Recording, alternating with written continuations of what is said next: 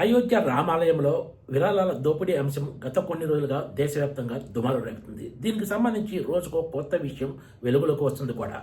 ఒక్క విరాళాల విషయమే కాకుండా ప్రభుత్వ భూములను కూడా ప్రైవేటు భూములుగా చూపించేసి అయోధ్య ట్రస్టుకు విక్రయించి కొంతమంది కోట్ల రూపాయలు ఆర్జించినట్లు కూడా మీడియాలో వార్తలు వస్తున్నాయి.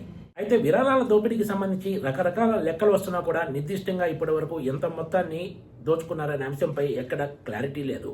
ఈ విషయం భవిష్యత్తులో కూడా బహిర్గతమయ్యే అవకాశం కనిపించడం లేదని చెప్పొచ్చు.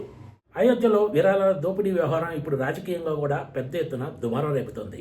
ఇది కేంద్రంలోని మోడీ సర్కార్ను రాబోయే రోజుల్లో ఇరకాటంలోకి పెట్టే అవకాశం ఉందనే అభిప్రాయం కూడా వ్యక్తమవుతోంది.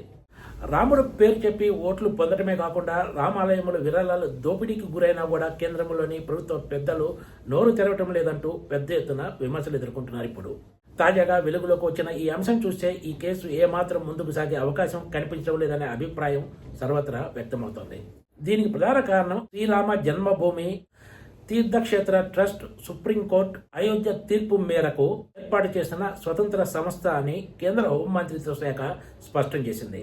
ఈ ట్రస్టుకు అటు కేంద్ర ప్రభుత్వం నుంచి కానీ ఇటు ఉత్తరప్రదేశ్ ప్రభుత్వం నుంచి కానీ ఎలాంటి ఆర్థిక సహాయం అందటం లేదని పేర్కొన్నారు. అందుకే ఇది ఈ రెండు ప్రభుత్వాల పరిపాలన నియంత్రణలో కూడా లేదని కేంద్ర హోం మంత్రిత్వ శాఖ గతంలోనే ఈ మేరకు స్పష్టం చేసినట్లు ప్రముఖ ఆంగ్ల పత్రిక టైమ్స్ ఆఫ్ ఇండియా తాజా కథనంలో వెల్లడించింది. అయోధ్యలోని శ్రీరామ జన్మభూమి ట్రస్టుకు అటు కేంద్ర ప్రభుత్వంతో కానీ రాష్ట్ర ప్రభుత్వంతో కానీ ఏమాత్రం సంబంధం లేదని ఇది పూర్తిగా స్వతంత్ర సంస్థ అని పేర్కొన్నారు. ఉత్తరప్రదేశ్ ప్రభుత్వం ఇతర దేవాలయాలు కల్పించినట్లే ఇక్కడ శాంతి భద్రతల అంశం చూడటంతో పాటు క్రౌడ్ మేనేజ్మెంట్ వంటి బాధ్యతలనే పర్యవేక్షిస్తుందని తెలిపారు. గత ఏడాది ఫిబ్రవరి 20న కేంద్ర సమాచార కమిషన్కు సమర్పించిన నివేదికలో కేంద్ర హోం మంత్రిత్వ శాఖ ఈ ట్రస్ట్ తన నిర్ణయాలను స్వతంత్రంగా తీసుకుంటుందని, పరిపాలనా అధికారాలన్నీ కూడా శాశ్వత ట్రస్టీలకే అప్పగించబడ్డాయని పేర్కొన్నట్లు టైమ్స్ ఆఫ్ ఇండియా తన కథనంలో పేర్కొంది. 2024 ప్రారంభంలో ఆర్టీఐ దరఖాస్తుదారు నీరజ్ శర్మ ప్రజా సమాచార అధికారుల వివరాలను కేంద్ర ప్రభుత్వాన్ని కోరారు. అయితే కేంద్ర హోంమంత్రిత్వ శాఖ ఆయన అభ్యర్థనలను తిరస్కరించింది. దీంతో శర్మ 2024 ఫిబ్రవరిలో ఢిల్లీ హైకోర్టును ఆశ్రయించారు.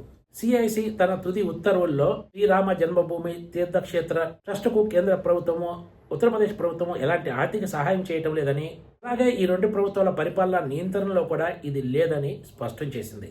ఇక్కడ మరో కీలక విషయం ఏమిటంటే కేంద్ర హోంమంత్రిత్వ శాఖ చెప్పినట్లు రాష్ట్ర ప్రభుత్వానికి దీనిపై ఎలాంటి నియంత్రణ లేకపోతే అయోధ్య రామాలయంలో విరాళాల దోపిడీ అంశం తెరపైకి వచ్చిన వెంటనే ఉత్తరప్రదేశ్ ప్రభుత్వం సిట్ను ఎలా ఏర్పాటు చేస్తుందనే ప్రశ్న ఉదయించక మానదు.